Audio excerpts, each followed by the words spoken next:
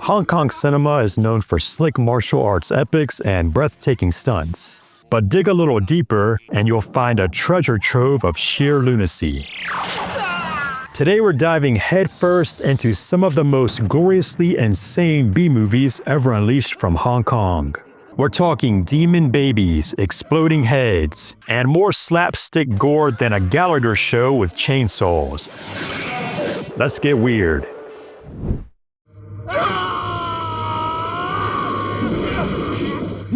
Imagine if Mortal Kombat had a baby with a meat grinder and raised it on prison movies. Welcome to Riki-Oh, the story of Riki. Riki's a stoic martial artist with superhuman strength who lands in a privatized prison where the laws of physics and anatomy don't apply. He punches through stomachs. He ties up his own torn tendon with his teeth. One guy tries to strangle him using his own intestines. And that's not a metaphor. The assistant warden has a hook hand and eats breath mints out of his fake eyeball. And in the final act, the warden turns into a hulking monster, just because. Blood sprays like sprinklers, heads explode like fruit, and every fight feels like a deleted scene from a Mortal Kombat fatality reel. Finish him! It's dumb, it's gory, it's glorious. And it might be the most blood-soaked prison riot ever committed to VHS. The seventh curse is what happens when you mix Indiana Jones, Evil Dead, and a cursed blood parasite, all filtered through pure 1980s Hong Kong chaos. Dr. Yuen, a heroic adventurer who's half doctor, half action star, gets hit with a curse while fighting cultists in Thailand. The side effects? His arteries start exploding one by one, unless he breaks the curse in time. Naturally, this leads to machine gun battles, kung fu mayhem, skin peeling, and a creature that looks part monster baby, part facehugger from Alien. Chow Yun-fat drifts in and out of the plot, dressed in black like he's on smoke break from a John Woo movie, occasionally pausing to punch someone in the face. There's a skeleton monster that eats a man's neck, a cult that sacrifices children, and through it all, the tone stays somehow both deadly serious and completely insane. It's fast, bloody, and packed with practical effects that range from impressively creepy to gloriously grotesque. The seventh curse doesn't simply throw the kitchen sink at you. It sets it on fire and drop kicks it through a temple wall.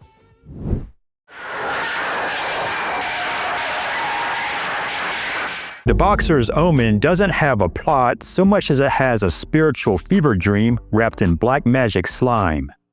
It starts with a kickboxer getting paralyzed in a dirty match and his brother vowing revenge. But before he can train for his rematch, he's chosen by a Buddhist monk to complete a sacred mission against evil sorcerers. This somehow involves teleportation, necromancy, clattering crocodile skulls, and mallet-wielding monks smashing demon bat skeletons. And that's just the first half. From there, it becomes a full-on showdown between good and evil, with our hero traveling to Nepal to gain powers from an ancient relic by sewing it into his arm, before battling a demon woman hatched from the stomach of a dead crocodile. The visuals are insane: glowing brain goo, bubbling skin, levitating heads, and talking mummified monks. Every frame feels like someone dared the filmmakers to out-weird the last scene. It's part kung fu movie, part body horror, and part satanic art film shot through a kaleidoscope of trauma and day-glow fluids. If David Cronenberg, Dario Argento, and a haunted incense shop teamed up to make a horror movie, it'd probably look like The Boxer's Omen.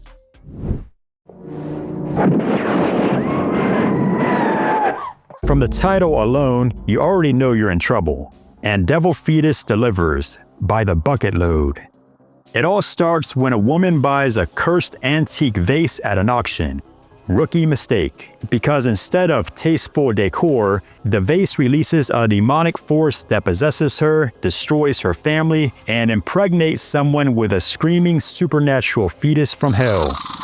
What follows is a Category 3 fever dream packed with sleazy melodrama, demonic possessions, rubber monster suits, and slime. At one point, a character starts melting like a wax figure under a heat lamp. There's a possessed dog, there's a cake full of worms, and there's even a battle between a sorcerer and a demon that involves lasers, fire, eagle's blood, and grown men flying around the room like a slightly better funded satanic version of the Puma Man.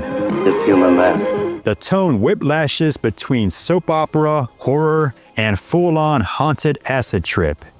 It's the kind of movie where you're not sure if you should be grossed out, laughing, or both. And it never slows down long enough to explain anything. If you're into cursed pregnancies, gooey body horror, and VHS-level insanity, Devil Fetus is exactly the nightmare you've been looking for.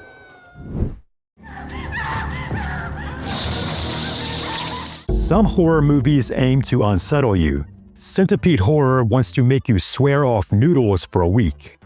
The plot kicks off when a man and his girlfriend travel to Southeast Asia to investigate the mysterious death of the man's sister. Along the way, they encounter a vengeful sorcerer who can control centipedes. Naturally, this leads to people vomiting live centipedes, dreaming of centipedes, and yes, being bitten to death by centipedes. It's got all the ingredients of a proper Category 3 gross-out. Family curses, questionable jungle rituals, and about 1,000 wriggling reasons to keep your mouth closed. There are practical effects galore, most of them involving actors pretending not to panic as actual bugs crawl all over them. And the centipedes aren't shy. They show up in throats, stomachs, beds, and sometimes everywhere at once. It's nasty, it's slow burn weird, and it commits fully to its one big disgusting idea. What if centipedes were the most terrifying life form on Earth? And also kind of petty.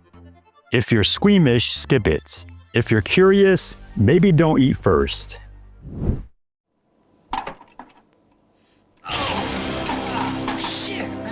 If Riki-Oh was cartoon gore, Ebola Syndrome is pure shock value.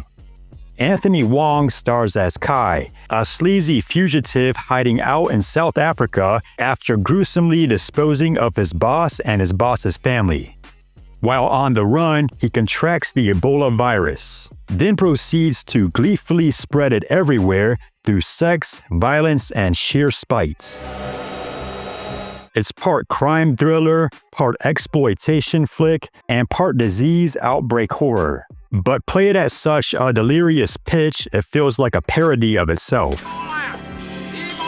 Wong spends half the movie leering, sweating, and ranting like a man possessed, and the other half committing atrocities so outrageous you can't believe the film got made.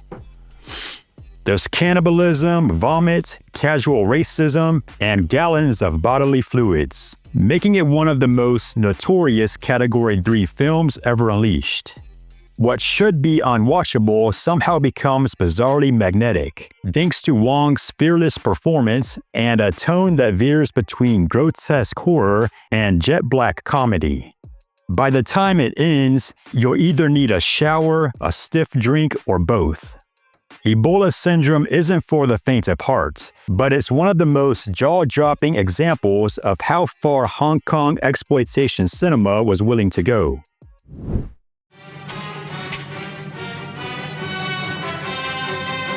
Just when you thought things couldn't get darker, Men Behind the Sun shows up with a clipboard and surgical gloves. The film is a dramatization of Japan's infamous Unit 731, a covert biological warfare unit that conducted brutal human experiments during World War II. There's no camp, no supernatural twist, just horrifying reenactments of real atrocities, delivered with the blunt force of a sledgehammer. Prisoners are dissected alive, Bodies are frozen, burned, and mutilated in graphic detail. And just when you think it can't get worse, it does. This is the movie that allegedly used a real autopsy on a child cadaver. And whether that's true or not, it's that level of disturbing. While some have defended it as a historical expose, others see it as pure exploitation dressed up in docudrama clothing.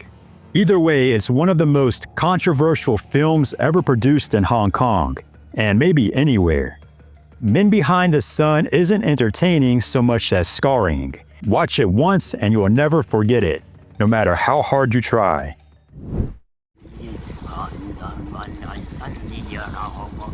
If you've ever wanted to see a soap opera spiral into necromantic revenge horror, Seeding of a Ghost is your movie. It starts off like a sleazy urban drama, cheating wife, angry husband, bad decisions. But then veers straight into black magic mayhem. After the brutal death of the wife, the grief-stricken husband enlists a Taoist sorcerer to bring her back. And things get messy. We're talking grave robbing, corpse puppetry, exorcisms, and a ghost pregnancy that results in one of the most nightmarish monster births ever filmed. By the end, there's a mutant fetus monster rampaging through the room like it's possessed by both Satan and a Jim Henson reject. It's slimy, sleazy, and soaked in revenge, with practical effects that look like someone combined a haunted meat locker with a tube of KY jelly. Seeding of a Ghost is what happens when black magic goes full Cronenberg. You won't know whether to cringe, cheer, or throw holy water at your TV. And that's just scratching the surface. Hong Kong B-movies are a goldmine of unfiltered creativity and chaos. Which of these fever dreams have you seen or survived? And did I miss any of your favorites? Drop them in the comments. Thanks for watching. Now go wash your hands.